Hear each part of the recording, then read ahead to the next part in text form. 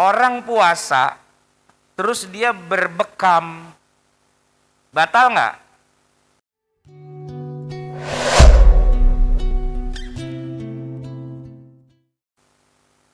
Nah,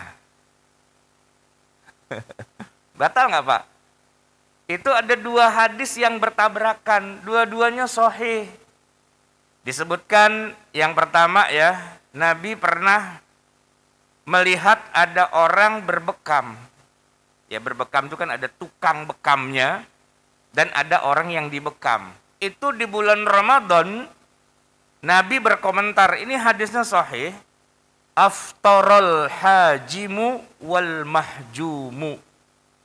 Sudah batallah puasanya orang yang hajim dan mahjum. Hajim yang membekam, tukang bekamnya, itu batal puasanya.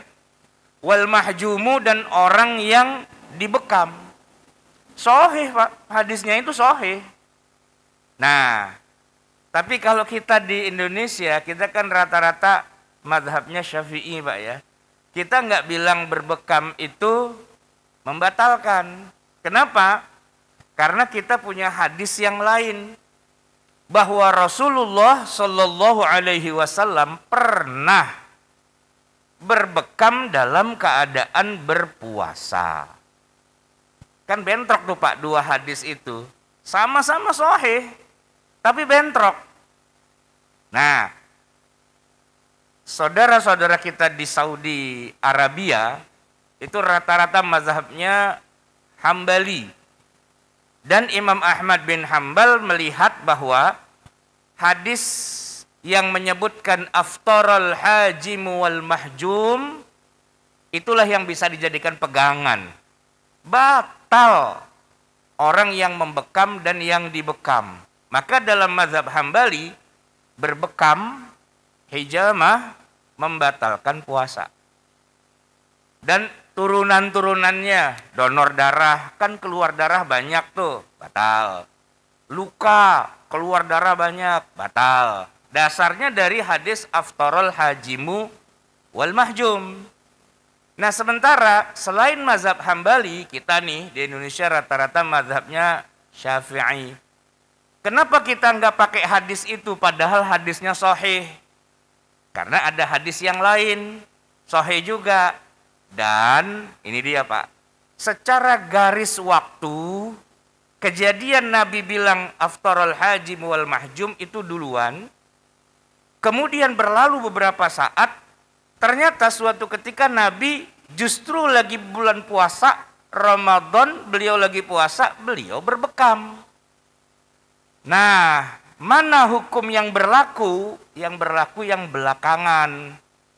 Yang tadi mansuh. Nih kalau kita belajar ilmu usul fikih, kita akan tahu ada dalil-dalil yang mansuh. Hadis yang sudah sahih dikalahkan dengan hadis yang lain sahih juga yang datangnya belakangan. Sehingga hukum bahwa seorang berpuasa lalu dia berhijamah berbekam awalnya membatalkan puasa, tapi kesimpulan akhirnya tidak membatalkan. Gitu loh Pak, logika mencari dalilnya. Nah, hadis itu Pak, dua-duanya itu kita baca. Cuman kita memasukkannya di dalam timeline, dalam alur waktu, proses pensyariatan. Begitu Pak. Nah makanya penting sekali, urgen sekali kita bicara tarikh tasyri' untuk meletakkan di mana posisi dari masing-masing dalil itu selama masa proses pensyariatan.